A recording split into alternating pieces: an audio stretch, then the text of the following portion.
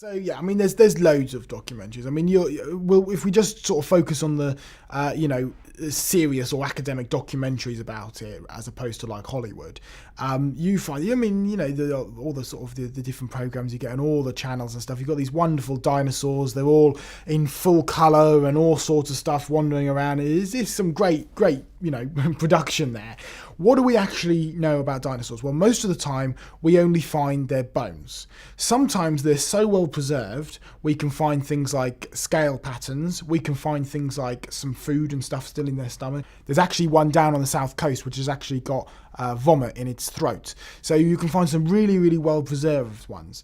But as regards to how dinosaurs actually lived and their behaviour patterns, we know next to nothing. Remember I said earlier, we don't find these dinosaurs in their living life position. We find them not how they lived, we find them how they died. Because remember the currents, they're being swept into position. So we're finding these dinosaurs how they died. So to try and make a map of how they actually lived is next to impossible. It's really, really difficult. So a lot of artistic license goes into these documentaries, a huge amount. Okay. Now what they do, it is sort of scientific the way they do some of it, because what they'll do is they'll look at things like modern reptiles and how they behaved and try and match it up. Okay. That works to a certain extent because, things like reptiles, you can get a certain amount of behaviour with them and a certain way they do things. It's fairly going to be, it's very plausible that dinosaurs did stuff like that. The really difficulty bit comes when they start trying to match them to birds and bird behaviour. Now, I don't believe there's any evidence that dinosaurs evolved into birds. In fact, most bird experts will laugh at the idea that dinosaurs evolved into birds. But, you try and look at evidence that we've got today of how animals lived, try matching it up to how dinosaurs lived, and that is still a semi-scientific way of doing it because you've got no way of knowing how dinosaurs lived. So you look at the way that modern reptiles and the way they live and that kind of stuff, and basically use a lot of artistic license to build it in. The trouble comes with some of the documentaries that you have is it's almost like you've got a narrator narrating exactly what the dinosaur does, like you see the nature documentaries. Now we can go out and watch birds and animals and stuff and work out their behavior patterns and stuff like that, and we can say, here comes this cheetah, it's really hungry, we're doing this, and oh look, it's running and doing this and this and that. Okay, we can do that because we know that, because we've observed it happening.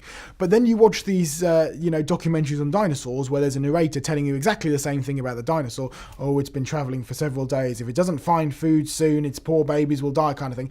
We don't have a clue. We really, really don't. That is just pure artistic license, and there's nothing necessarily wrong with that if you recognise that it is artistic license. The trouble comes when people watch it and view it as fact. We know that this happened, and adults fall to it, but the number one group that is falling to it is children. Classic example, me and our director John Mackay, we lead field trips all around the world. They were on a field trip down in Folkestone the other day, and a little boy came up to John and said, oh, I love dinosaurs. And John was like, oh brilliant, what's your favourite one? And he said, Spinosaurus. And he was like, oh, why is Spinosaurus, why is that your favourite? Oh, it's got 200 teeth and it loves to kill things.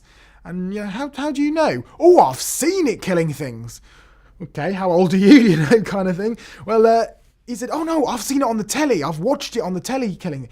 This little boy thought that what he was seeing on the telly was actual footage that was reliable and you could actually see. And kids are falling to this, they're seeing this and thinking this is what is actually happening. This is what dinosaurs are like.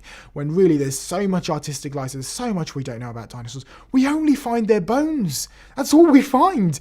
Trying to reconstruct a living thing is next to impossible to be able to do it, right? And then to try and match how it lived. Okay, we can find the fossils. We can get a general idea of what it, how it worked and muscle-wise and that kind of stuff. And you can get, to a certain extent, you can get a little bit of what it looked like because we find fossils of the scales and mummified fossils and stuff.